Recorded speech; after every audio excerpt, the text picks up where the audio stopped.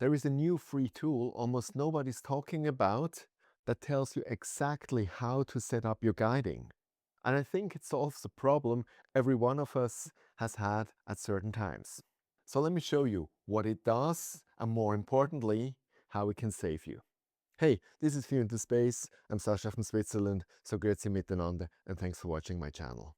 So you might relate to this. Now with Galaxy season here, you might have switched your gears.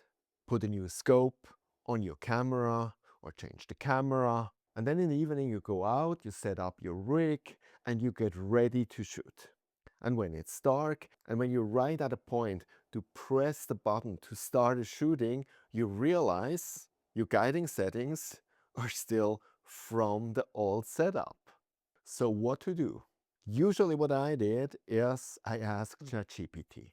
And ChatGPT actually gives you numbers, but if these numbers have any real value, or if it's simply ChatGPT hallucinating based on wanting to serve you, is another question.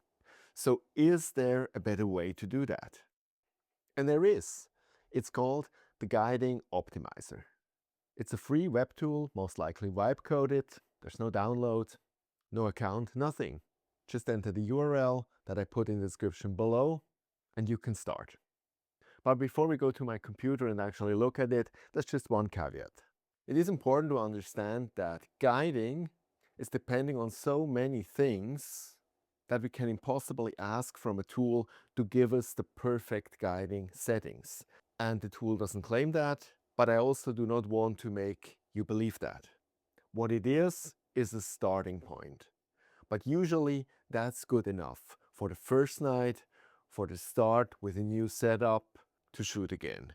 And then you see how you can tweak it so that from shoot to shoot, you actually get better guiding. And with that, let's go to my computer and have a look at the tool. Okay, here we are on my computer. So go to astro.spectravital.com. Guiding Optimizer, link is in the description below. By the way, on this site, there are also other tools. Polaris Finder, not something I would really use. There's also a back focus calibrator based on filters. So while I will focus now on the guiding assistance, why not also look through the other tools here? But now let's focus on the guiding assistant. So the first thing you have to enter is your guide camera. So not your camera, but your guide camera. That's crucial. But if you, like me, have, for example, an ASI 2600 ASIAir, then you can choose that. And it will automatically enter here the micrometer of the pixel size. And if you're now saying, wait a moment, for the 2600, it's 3.76. No, because it's the guide cam. It's not the main cam. And the guide cam on the Air has 4 micrometers.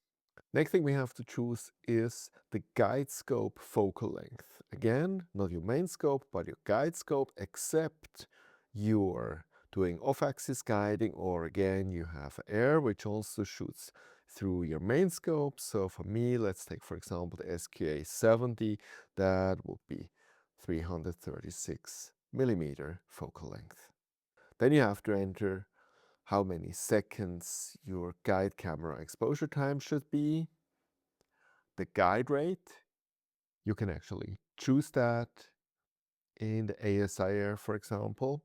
Recommended for an AM5 and AM3 or so is 0.5 times.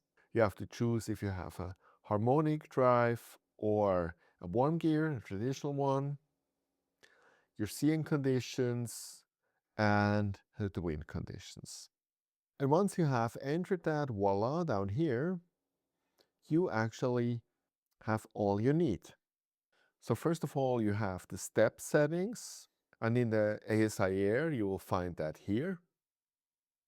And the interesting part is that you have to choose that based on where your guide star approximately is from a declination point of view.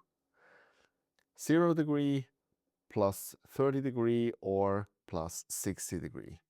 So based on that, you choose the step setting, and then down here, the maximum duration array as well as deck. You find that here on the ASIAir. And then beside that, the array aggression and deck aggression. And this you find directly in the guiding monitor when you're ready guiding.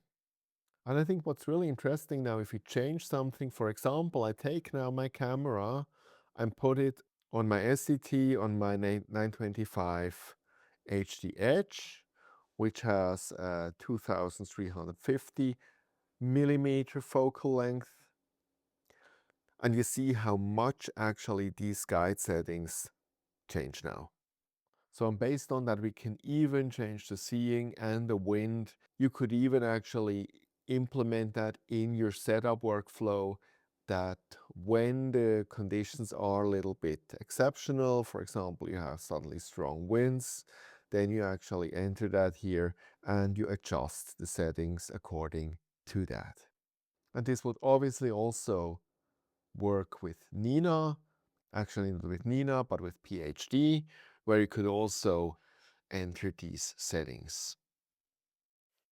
So I hope this was helpful and it will save you some precious time the next time you run into this issue. There's at the moment so many of these tools around, and it's really my passion at the moment to find these tools and to share them with you. And that you belong to the first ones to hear about these tools, have a look at my Patreon channel. Love space? Love this channel? Then you'll love what's going on over on my Patreon. Behind the scenes content, early access, breaking news, exclusive tutorials, tips and tricks just for you, all for the price of a coffee. Go deeper, follow stories as they unfold, get personal support, and download all the supporting docs and data. Join our crew of space enthusiasts. Support the channel, fuel the mission, and unlock a universe of extras. Links below. See you there. See you next time in clear skies.